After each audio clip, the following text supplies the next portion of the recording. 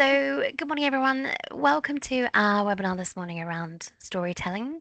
This is something that we talk a lot about here at Stratton Craig, but we feel like it's something that means really different things to different people and is just such an interesting topic to dive into. So, thank you very much for joining us today. We're going to be speaking for probably around 25 minutes or so, but then we're going to have some time at the end for a Q&A. If you do have any questions you'd like to submit, you can submit them via the Q&A function, and then we'll pause and answer them at the end. So a lot of people talk about storytelling and why it's important, but it's not always clear what they mean or how to apply it effectively to different types of writing. I know we've probably all seen 5 million LinkedIn posts around it. But what we're going to talk about today is what storytelling looks like, why it matters, and we'll also explore some really practical ways to think like a storyteller in content, communications, and marketing. So before we get into that, for those who haven't met me before, I'm Claire Wilson. I'm the Director of Strategy and Storytelling, which is why I'm doing this presentation. So I lead our team of writers here at Stratton Craig, working with clients myself to help set communication strategies and tell great stories. And I'll hand over to Anna. Thank you. Hi, I'm Anna. I'm a writer and strategist at Stratton Craig, and I've been here for about 10 years now. And a really big part of my role is bringing storytelling into our approach, which could be whether we're looking at, messaging for clients or creating white papers or writing reports. So across all different communications. So let's get started. Can you move to the next slide? Thanks, Claire. So what do we mean when we talk about storytelling in marketing? So we believe storytelling means framing your points in a way that triggers an emotional response in your audience. Now, that doesn't necessarily mean feeling, sadness or joy or elation, but it could be as simple as feeling reassured or motivated.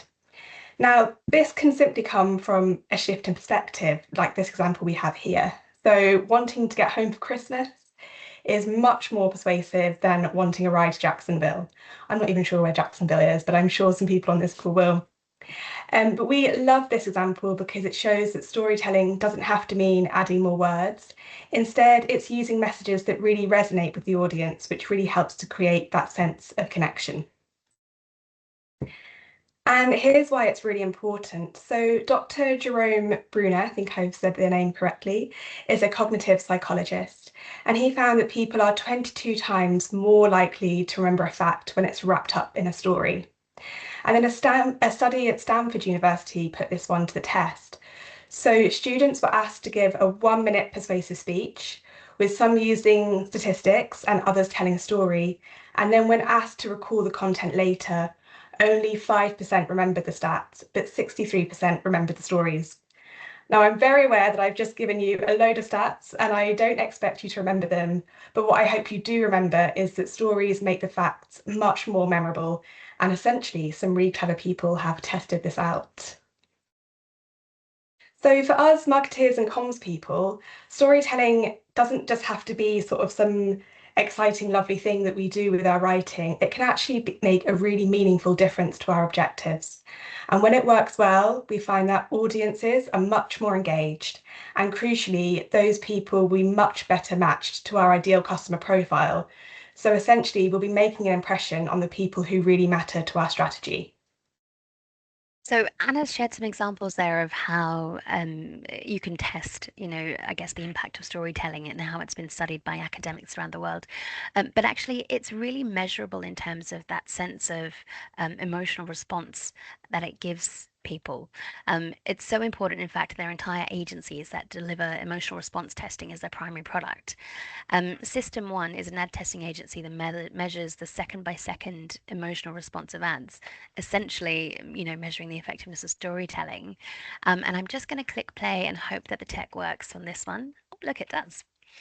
So in this video by Tesco, you can see that at the beginning here, there's the yellow at the top of the bottom thing is showing a bit of a strike of fear as this child runs away from the fruit monster. But like as the video progresses, what you see that fades away, and the green at the bottom, which is a surprise element, also fades away.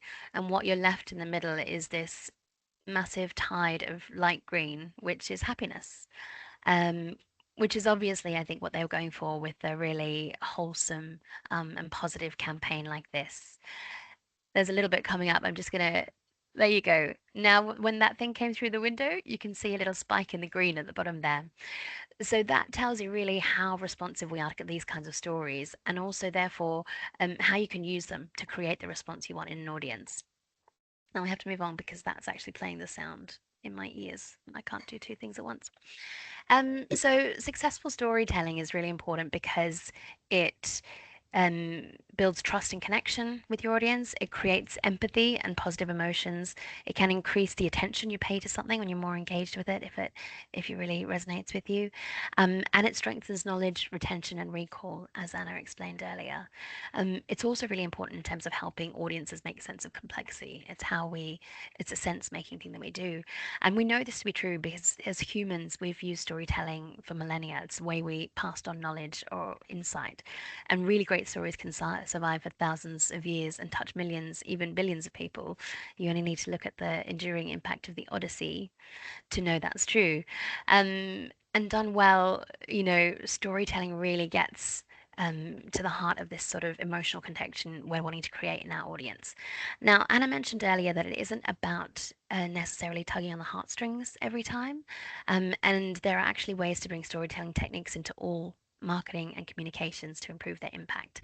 And that's what we wanted to talk to you a little bit about today.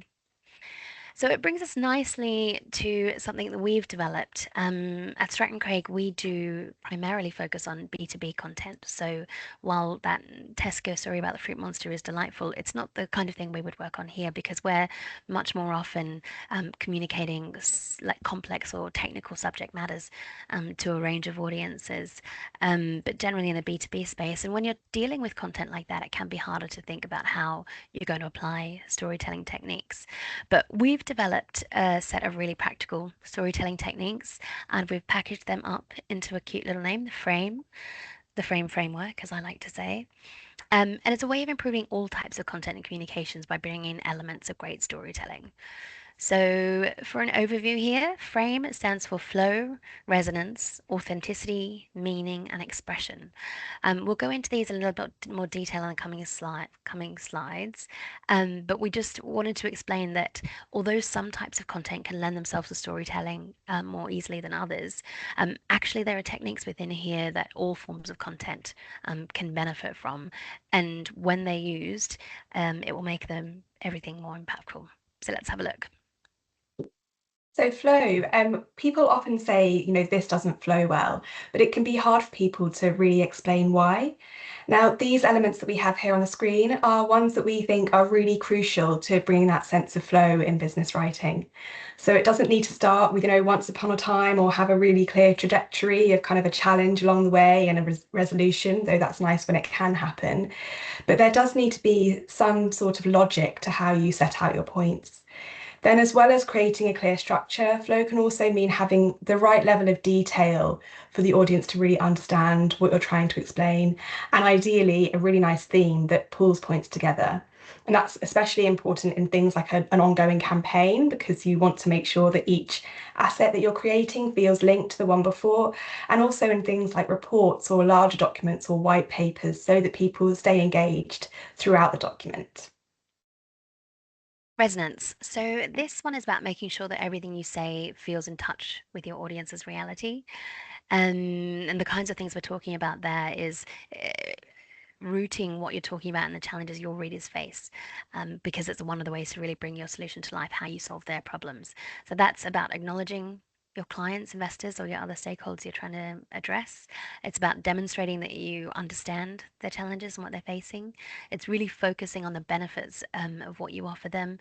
And one of the other things we can do is use really vivid or stirring language rather than sort of flat transactional phrasing or, that corporate buzzword language that leaves all of us flat. But when you use these techniques, you show that you understand your audience. And by addressing these facts, you can make everything you're saying much more relevant to them. And authenticity, this is something that's talked about quite a lot, but we think it's really important. So this is about being really true to your brand and not trying to gloss over the truth. You only have to look at lots of corporate apologies to know that people really struggle with this one. So you can often tell when something's really inauthentic because it will feel, quite off, or you might be inclined to raise your eyebrows. But it is much more difficult to be able to say, this absolutely is authentic. And these are some of the elements that we kind of look for to make sure that we're ticking that off the list. So of course it should avoid cliches and jargon and things like that. That's marketing 101, but it's always good to remind ourselves of that one. And the language should also be really on brand. And it should be balanced as well. So the points themselves need to reference things like challenges as well as successes. And we say to our clients, this is really important for a British audience in particular, because we don't love to see lots of glorious rainbows without a few kind of rain clouds backing it up somewhere. I'd love some rain clouds at the moment, thank you. We would love some rain clouds. Oh, whoops, I've skipped forward. Meaning. So the next one, this is about making sure that your points feel very real. So again, we talked about resonance being about addressing clients' challenges.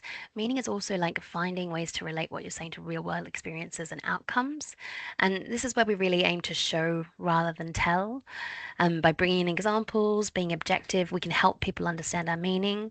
And this is less about resonating on an emotional level and more about being really clear and relating somebody to somebody's sort of lived experience and helping them understand what it is you're trying to communicate. And then finally, expression.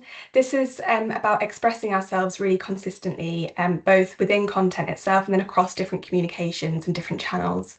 So it involves making sure that your tone, brand language, and messaging are all really consistent and with no contradictions, which can be quite hard to weed out, but with an eagle eye, you can spot it. And even in documents, this can be quite challenging. So if you imagine something like an annual report, often the governance section can read quite differently to, say, social efforts or work you're doing internally. And you also want to make sure the tone is consistent across formats and channels. So your corporate website and your social media have a sense of unity, but of course they will need to flex to be appropriate.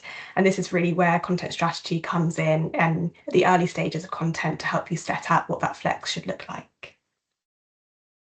Lovely.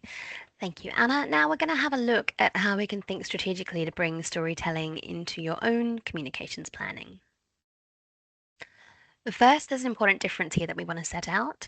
So, storytelling builds brand salience, but what do we mean by that? It's sort of one of those terms that people bandy around about a lot, but sometimes it appears that people don't really understand the difference between brand awareness and brand salience. So, brand awareness is the term most of us are familiar with, and it means people know your brand exists, but awareness on its own isn't enough to win new customers. What really matters is brand salience, and that's whether your brand comes to mind when somebody's in a buying situation. When the moment comes that they decide to buy something, your brand is the one that's front of mind. So, generally speaking, businesses should look to build brand awareness first, but then strengthen their brand salience through consistency, distinctiveness, and emotional connection. And storytelling is really important because it helps with all three of those. And that's where to start. Now over to me again. So this one, bear with me, we're going to run through some slightly more interactive slides just to kind of show you what we mean by that storytelling way of thinking. So meet our CEO, this is Nina. She's worried about margin compression, operational efficiency, creating differentiation and preventing team burnout. She's also worried wondering, sorry, why her mug hasn't got any tea in it. And her plumber has called to say no one will be able to fix her shower today, which I'm sure you can imagine would be very frustrating. Now, don't worry, we're not selling company secrets. We've made up those top examples there. But our point is that in B2B marketing, your customer is a person. And often that's really thought about in B2C, but less so thought about in B2B. So they will be someone, with responsibility and decision-making power, of course, but also someone who feels frustrations and gets apprehensive from time to time, or like Nina, is up for a good laugh. So storytelling, we say, is a mindset shift. It's really encouraging us to tap into those emotional triggers that make people want to buy, or at least to have a conversation, which we believe is also really important. So, what does this look like in practice? So, this might look like marketing 101, where we're saying here to think about your audience. But when you take a storytelling approach, that thinking goes to a much deeper level. So, if you imagine our example of Nina before, we can start to dig beneath the surface to think about what's really driving some of her decisions. So, I'm sure you've, done some of this work already, but it's worth revisiting to see if you can understand people more deeply than you might have before. So, if we look at, goals, people will often talk about growth, but perhaps what's beneath the surface there is wanting that sense of security, or maybe even it might be an individual who wants really some recognition for what they have been creating at the business. Pain points, not just things like lack of time, but someone might actually be feeling quite stressed or a lack of control. They might feel a sense of failure as well, and it feels a little bit extreme, but some people might feel that they're never quite able to achieve what they're trying to achieve because they don't have the right enough amount of time. Demographics, we have labels like 40-something-year-old senior manager, which I know is Claire's favourite label ever. But they are also somebody who has responsibility at work, but they may also have, pressures at home, and that might get quite stressful. And then motivations. So the example we have here is that people say they want to adopt new technology, but what's really driving that could be something like a fear of falling behind if they don't. Now, these are just examples I've given here, but hopefully they illustrate the way that we can start to think about emotional drivers, even if we don't know someone's personal life. Then once you've drilled into your audience's needs and their kind of emotional trigger points, you can start to map out a brand story that realigns with them. Now, when we say brand story, it sounds a bit fluffy, but we simply mean, what do you stand for? And for it to really have impact, it really needs to resonate with your audience, which is why that audience work is so important. Now, that's exactly what Dove has done with its Real Beauty campaign. Now, I'm sure most people on this call will have seen snippets of this campaign over the years because it's been running for 20 years and it's been really successful. So it's a real celebration of women's self-worth, and it leans into very human feelings around kind of insecurities. And throughout its campaign, Dove argues that beauty isn't a standard we should live up to, that it's intrinsic in all of us. Now, you may recognise some of the screenshots here. I personally really love the bottles. I think that was a really fun way of kind of evolving the brand story. But what's really remarkable is the way that it has evolved and kind of deepened over the years to show the different ways that people may feel insecure and different ways that beauty kind of lives in all of us. So I'll just show you some examples. So this is a campaign that targets toxic beauty standards, and it has a micro site dedicated to this particular research, and it's really interactive. I'd recommend going and having a look if you want to in your own time, just for a bit of inspiration, really. But as you scroll down at the very first sort of screen, the different impacts of toxic beauty standards are added. Now, I'm sure my screenshots don't really do this justice, but hopefully you can see how they're kind of arriving on the screen as you're scrolling down. And it's a really powerful way of showing and not just telling the real impact that beauty standards can have on people's health and well-being. And then these two examples here, these are part of the same report. So here, what they have done at at Dove, it really looks like Boots branding, doesn't it, with that blue? The story is told instead through different young women's own stories. So essentially, they're like case studies, but it feels quite different. It feels as though Dove has given these women and these girls a platform to speak and actually be listened to as well. Obviously, you can speak on social media, but there's a question mark over whether you'll be listened to. And we think this is a really clever approach because it makes women the hero of the campaign, not the product or the brand. And so the format itself is challenging the conventions of advertising. And then here, this may look a little bit drier. It hasn't got quite the fun colours we had before. But you can see that Dove has now translated or strengthened that story through loads of its in-depth reports. Now, this is just one example, and you can just see a few stats that we pulled out here and some of the chapters. So it's really small on my screen, but things like beauty being a powerful currency, and it explores that sort of theme and that topic. And we think that this sort of research adds really important fuel to the story, so it gives it real weight. And it also has a more B2B angle. So we imagine that what they're targeting here is people, who work at companies, perhaps government agencies, work at the media, and it's giving them a source to, mine data and information, which would be really helpful for them. Now, we don't often think of reports as being platforms of Sorry. storytelling, but you can see how Dove has used its reports to really bring to life and explain kind of the impact of its campaigns. And then, thanks, Claire, next slide. And then finally, you can see how the campaign has evolved to tackle a really new important topic. So here it's exploring how AI doctored images are damaging girls' and women's self-esteem. We haven't shown the video here, but it is that top one with the girl and the kind of really doctored image. That is it's a reverse. So it starts with kind of the doctored image and it reverses all the steps that the girl has done to make herself look like that. It's really powerful. It's a really good one to watch. But you can see here it's telling the story through video and images and web content, which we believe is designed to engage a different type of audience as well, perhaps target different people. But also it's kind of playing again on the platform itself and the conventions already to kind of really turn that on its head. So I think hopefully these examples from Dove show how a brand story can be brought to life and strengthened through different angles and channels and formats to really give it some mileage.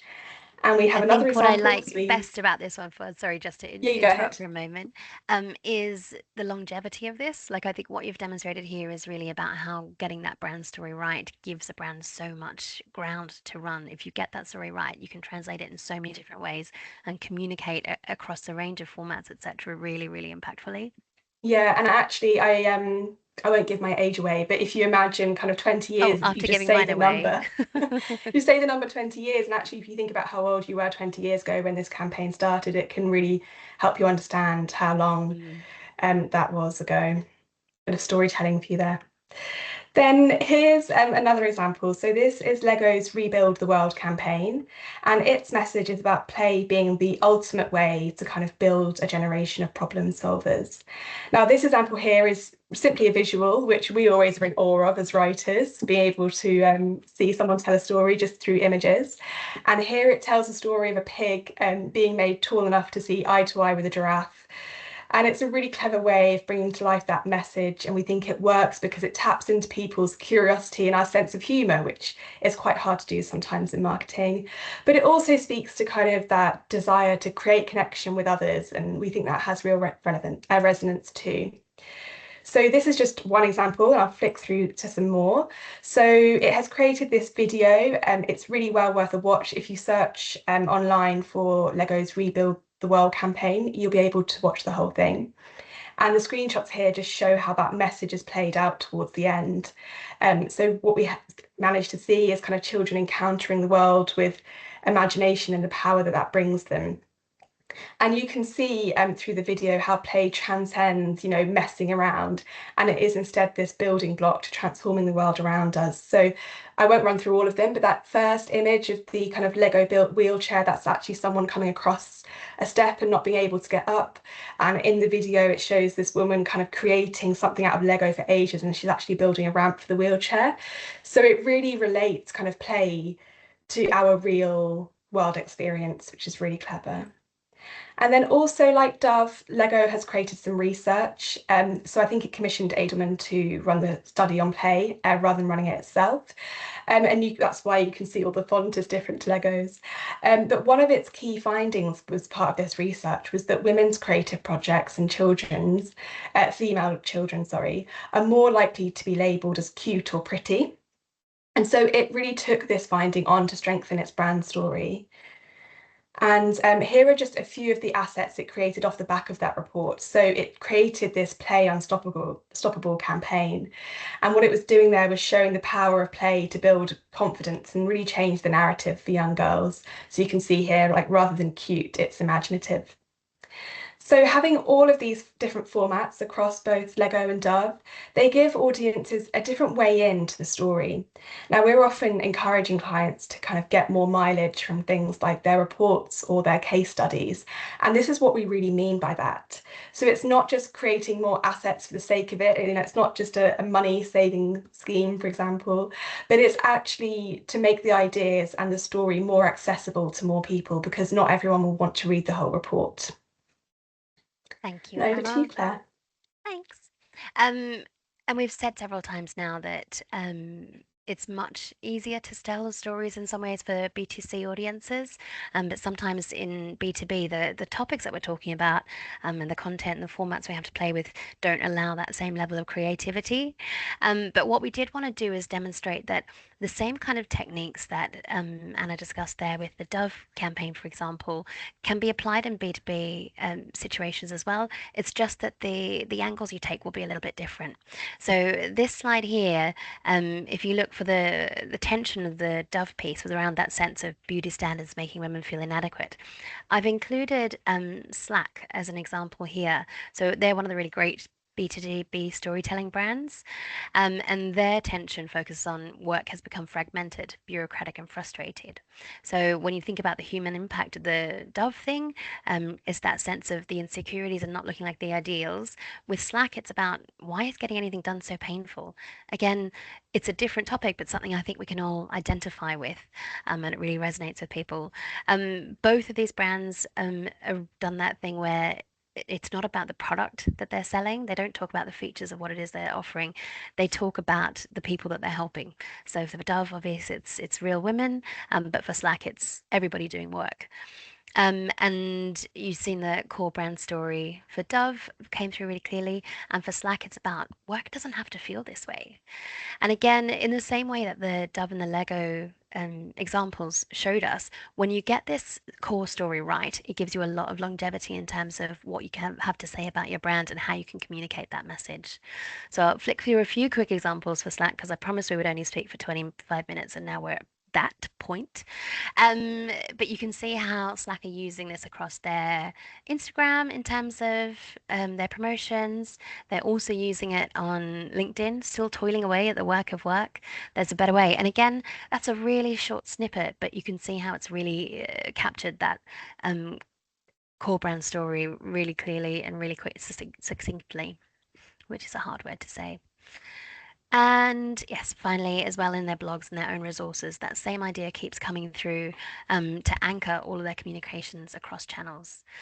So finally, we just want to talk a little bit. We mentioned earlier around the agency measuring the emotional response with advertising. Now, obviously, that's not something that we'll be able to do with all pieces of content, but there are things that we can and should be measuring to tell whether our storytelling is working. So performance and KPIs are always going to matter for marketers, but they may need to be adapted a little bit in terms of determining whether you've created the recognition, action, or emotional resonance that you want to, because these are really the key building blocks of trust. So here we've set out some of the indicators you could track, whether this is about shares or comments on social media posts, not just likes, time spent on your content, repeat engagement across a content series, growth in return customers, referral traffic, or loyalty metrics like NPS scores. So, of course, there'll be others, and it will depend on your communication goals and how and where you're running your campaign, your content. But really, we just wanted to show how you might need to think a little bit differently about measuring actions to get that sense of whether things are working or not. So before we wrap up, a little bit over time that I promised earlier, hastily, we wanted to test our theories on storytelling that we shared a little bit earlier. And I'm going to ask you two questions. You can keep the answers to yourself. You don't need to pop these in the Q&A or anything. But first up, how much more likely is it people will remember a stat if it's included as part of a story? And the second question is, who was it that didn't turn up to Nina's house today? Now, we're hoping, if we've got this right, that it was much easier in your mind to recall the plumber who didn't show up than it was to remember that people are 22 times more likely. And that's really demonstrating that if it's a story we can relate to, it's something that stays with us and we remember. You can email me separately later if that wasn't the case. But thank you everyone for playing along. Before we get onto the questions, we'd like to offer three of you on this call a free content audit against the frame storytelling framework that we discussed earlier, the frame framework. We'll assess one piece of your content, whether it's a blog, an article, web page, a white paper, give you some recommendations to improve storytelling. It's going to be first come, first serve, so please email the address on the screen ASAP if you would like to take us up on this offer. Great, thank you, Claire. That is everything. We're only a few minutes over time, but it's time for some questions. So I think we've got the Q&A function ready to go. Um, let's have a look. Now, this is where we have to test ourselves as to whether we can make it work. Oh, okay. So we've got a question in there from Debbie. Do you know if Dove did use real people from the public for those case study types parts of the campaign? And Tove has actually answered for us already. They did, and you can view the case studies online. She's included a link there. Can people see these Q&As? Tove, yes. Okay, she's nodding to me because she's here. Are there any other questions that anybody has around storytelling and how to apply it? We'll wait a few moments because last time I did this, I cut the webinar off and there the questions flowed in immediately after I did. Oh, maybe that's it for today. Oh, there's another one. Oh, Oh, maybe it's in the chat function. oh, there we go. Oh Okay, no. no. Do you have any example of brands in financial services with a strong brand story? Oh, that is a fantastic question. I feel like some of the asset management firms do a good job of this, and potentially insurance companies as well. I have seen insurance companies around that sense of, I guess, protecting the futures and protecting life. I've seen a lot of, I think Swiss Life does one that has a really recurring theme around self-determination. But I can probably find some and email them to you, Debbie. I don't have any to hand at the moment. Oh, the legal services. Oh, everyone's getting on board. Well, to be honest, none of them are leaping to mind at the moment, but maybe what we'll do is do a little bit of research and see if we can find ones that we think are doing this well, and include some examples of them in the follow-up to the webinar. Yeah, it might be that not all of them will run a huge kind of 20-year campaign, but you'll see key messages keep coming through a bit like Slack did. So I think Monzo is quite a good example of where it's really turning kind of um, traditional payment methods on its head, and it's always been really stood out as having a really strong brand. So I'll have to go and have a look, like Claire says, but I imagine there'll be some strong brand story elements that we can share with you. Yeah, again, we might find that people are doing this better in the B2C space. Like, Monzo obviously as a disruptor, challenger bank has that sort of that opportunity to be a little bit sort of different in its approach. But it'd be interesting to see if there's any like real B2B like serious companies, don't tell Monzo I said that, using storytelling techniques like this. Yeah, and it's a real opportunity. If there aren't many doing it and doing it well, what a great opportunity to be the ones that strike it out. Yeah, for sure. All right, now have I missed any more questions? Yes. Okay, there we go. How would you define the difference between brand purpose versus brand storytelling? I think that's a really good question, Debbie. I think um, when it comes, I think brand purpose needs to form a part of your storytelling. And I think if you didn't have a really authentic brand purpose, your storytelling efforts would fall really flat. And I think storytelling is probably about the way that you make that brand purpose make sense. So it's a bit of the why behind what you've decided for your brand purpose, because usually what we see brands often do is like they'll use a phrase or one sentence, but actually there's a whole load of context around that people need to almost make sense of what that brand purpose is. So it's definitely something that we see going hand in hand. But I think they serve slightly different roles in terms of what your marketing efforts are. Anna, anything to add on that in terms of your Yeah, I would view? just echo that and say that I would kind of see brand purpose as something that's quite intrinsic and it's a decision that you've made, and it's almost driving or guiding or directing the strategy. But the storytelling is really that technique that brings that to life and explains what your purpose really looks like in the real world, and it kind of makes it more tangible to different audiences. So different people would receive perhaps a slightly different story of what that purpose looks like, depending on on their specific needs. Yeah, I think for Slack, the brand's actual purpose is like to make work better, less stressful, more enjoyable, or something like that. But that's slightly different from the way the storytelling plays out. It is, they're using it in that sense of like work doesn't need to feel this way, but it is just as a slight nuance there in terms of how it's operating. Lovely. Any more questions before we finish up today? Oh, I think there's one. Why am I so slow to get I on just saw it pop up on my questions? screen, but I'm struggling to see where they sit Oh, in the chat. Okay. in the chat. Okay, lovely. From Olivia, how would you approach new storytelling techniques in a company that doesn't already have a clear sense of brand? Oh, Interesting. yeah, that's going to be a huge challenge. And I mean, I think to an extent there is probably you might be able to use the storytelling as a way to create that sense of band, do it like a bit cart before horse in this sense. But I think, you know, it is about they defining what's relevant to your audience, being really clear about how you address their challenges, and that can almost act as sort of like because if you're, doing proposition development work, those are the kind of questions you're answering when you create that. It's that sense of for whom do we solve which problems? And actually, storytelling really relates to that. Is that being really clear about who it is that you're working with, how you're solving their problems, and then relating all of that content to sort of to what it is that you can need to do for them.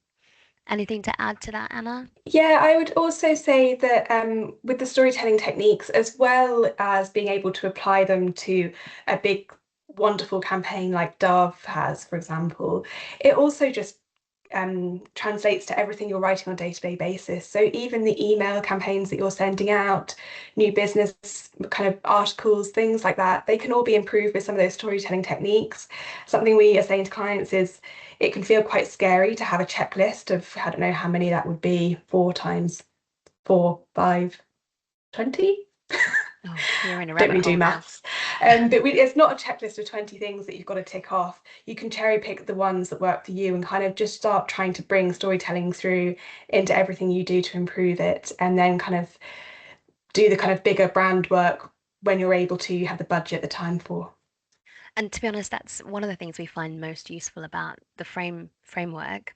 That's going to stick now, is because we wouldn't expect every element to be used in every situation, but it has got a range of techniques that can be used in even the smallest piece of content can be improved by some of those techniques that we shared. I'm almost too scared to say it. Are there any more questions? That is it. Okay, wonderful. Well, thank you everyone for joining us today and for staying with us until 10:36 when I promised we would be finished more quickly. Obviously get in touch with us if you would like one of those audits. Otherwise, have a wonderful day and thank you very much. Thank you, everyone.